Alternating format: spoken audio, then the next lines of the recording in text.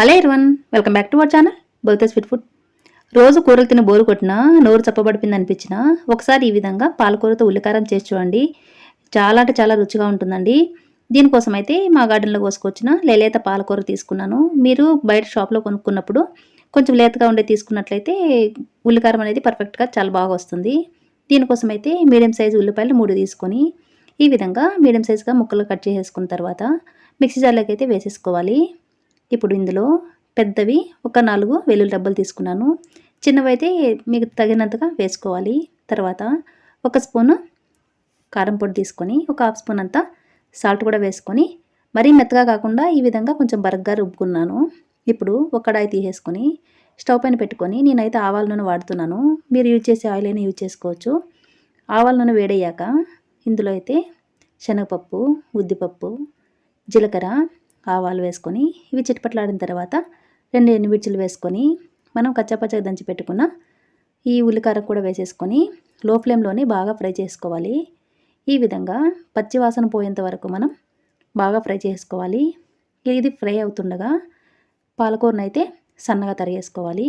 ముందుగా కట్ చేసి పెట్టుకోకుండా అప్పటికప్పుడు తరుక్కున్నట్లయితే ఇందులో ఉండే పోషక విలువలు అనేవి మనకు పర్ఫెక్ట్గా అందుతాయి. వీలైనంత సన్నగా అయితే పాలకూరను అయితే తరుక్కోవాలి. ఈ విధంగా వీలైనంత సన్నగా అయితే పాలకూర తరుక్కున్నట్లయితే ఏమైందంటే మనకు తొందరగా ఫ్రై అవ్వడానికి ఇంకా చాలా రుచిగా కూడా ఉల్లికారం అనేది ఉంటుంది. ఈ విధంగా చూడండి, చిన్న చిన్న ముక్కలుగా అయితే కట్ చేసి పక్కన పెట్టేసుకున్న తర్వాత ఉల్లికారం కూడా బాగా ఫ్రై అయిపోయింది కదా. ఇప్పుడు ఇందులో అయితే కొద్దిగా అయితే పసుపు వేసుకోవాలి. ఒక హాఫ్ స్పూన్ అంత పసుపు, ఇంకా హాఫ్ స్పూన్ అంత ధనియాల పొడి, తర్వాత రుచికి సరిపడా ఉప్పు, కొద్దిగా ఇంగువ, ఒక హాఫ్ స్పూన్ అంతా జీలకర్ర పొడి కూడా వేసేసుకొని ఒకే 1 నిమిషం పాటు ఫ్రై చేసుకుంటే సరిపోతుంది. ఈ విధంగా వీటన్ని కలిసేలాగా ఫ్రై చేసుకున్న తర్వాత సన్నగా తరిగి పెట్టుకున్న పాలకూర కూడా ఇందులో వేసేసుకొని ఒక 2 నిమిషాల పాటు ఫ్రై చేసేసుకోవాలి.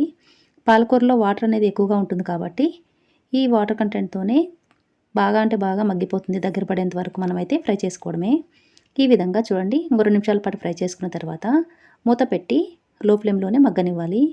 ఈ విధంగా మూత తీసి 2-3 సార్లు మనం ఫ్రై చేసేసుకొని దగ్గర పడేంత వరకు ఫ్రై చేసుకున్నట్లయితే చాలా అంటే చాలా రుచిగా పర్ఫెక్ట్గా అనేది రెడీ అయిపోతుంది.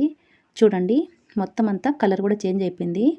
ఈ విధంగా కలర్ చేంజ్ అయ్యి వాటర్ మొత్తం అంతా ఇంకిపోయిన తర్వాత దగ్గర పడినట్లయితే ఉల్లికారం అనేది రెడీ అయిపోయినట్లండి. చివరగా అయితే కొత్తిమీర జల్లేసేసుకొని ఇంకొక నిమిషం పాటు ఫ్రై చేసేసుకొని స్టవ్ అయితే ఆఫ్ చేసేసుకోవాలి.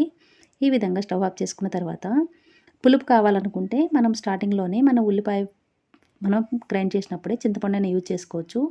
నేనైతే నిమ్మకాయ యూజ్ చేస్తున్నానండి. స్టవ్ ఆఫ్ చేసిన తర్వాత నిమ్మకాయ అయితే ఒక దెబ్బ అయితే పిండేసుకుంటున్నాను. పులుపు కావాలంటే ఇలా చేయండి, లేదంటే పులుపు వద్దనుకున్న వాళ్ళు దీన్ని స్కిప్ చేసినా సరిపోతుంది.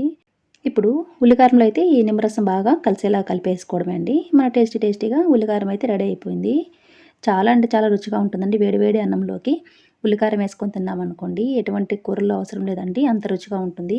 మీరు కూడా తప్పకుండా ట్రై చేయండి. ట్రై చేశాక మీకు ఎలా వచ్చిందో కామెంట్ చేయండి. రెసిపీ నచ్చింది అనుకుంటున్నానండి. నచ్చినట్లయితే ఒక్క లైక్ చేయండి. Thanks for watching.